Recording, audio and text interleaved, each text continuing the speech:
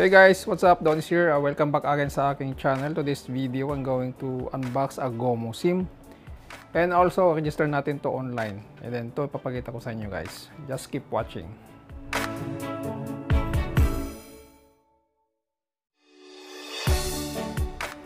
Itong SIM card na to guys is powered by GOMO network. And also, ang load nito is 299 pesos for 25 gigabytes na data allocation. Okay guys, check natin yung laman ng pouch. Okay, ito yung SIM. Simple lang yung packaging niya, parang binalot lang ng simpleng papel. Okay, kita nyo guys. Ang kagandahan ng SIM na to guys is wala siyang expiration. So it means magagamit mo yung load mo or 25 gigabytes na allocation mga isang buwan, dalawang buwan, or longer, depende sa usage mo. If you are a heavy user naman, mahilig kang manood ng movies, Netflix, ito guys ang recommended ko na SIM para sa'yo. Also, mayroon din silang promo for call and text, just 499 pesos. Pwede ka nang mag-text sa 500 texts to all network and 100 minutes call to all network. This is a triple cut SIM card, so ibig sabihin nito is compatible siya sa lahat ng smartphone na available sa market. Okay, sa likod nito nakalagay yung mobile number. Ito yung kakailanganin natin for registration guys. Lagay ko na siya sa phone guys and then proceed na tayo sa registration online. Dapat mayroon tayong internet connection. Download and install the GOMO PH app. After ng installation, diretso na tayo sa registration ng GOMO SIM. Okay. Sabi dito, ilagay ninyo yung mobile number.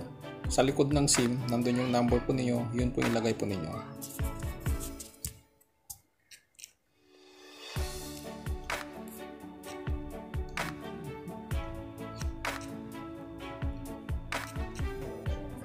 Pag na-input mo na yung mobile number, GOMO will send you a confirmation number. Yun ang ilagay po ninyo dito. Yung tinatawag nilang OTP.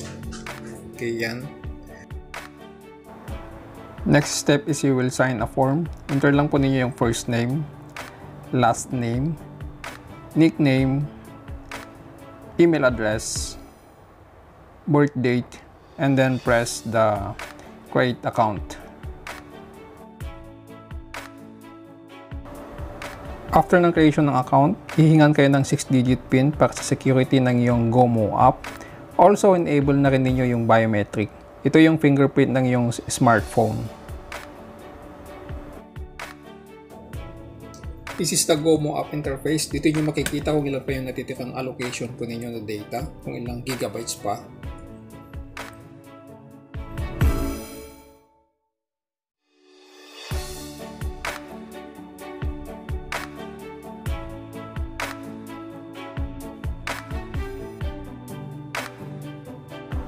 This is the actual speed test ng GOMO SIM. Actually, this is my third time na i-test siya.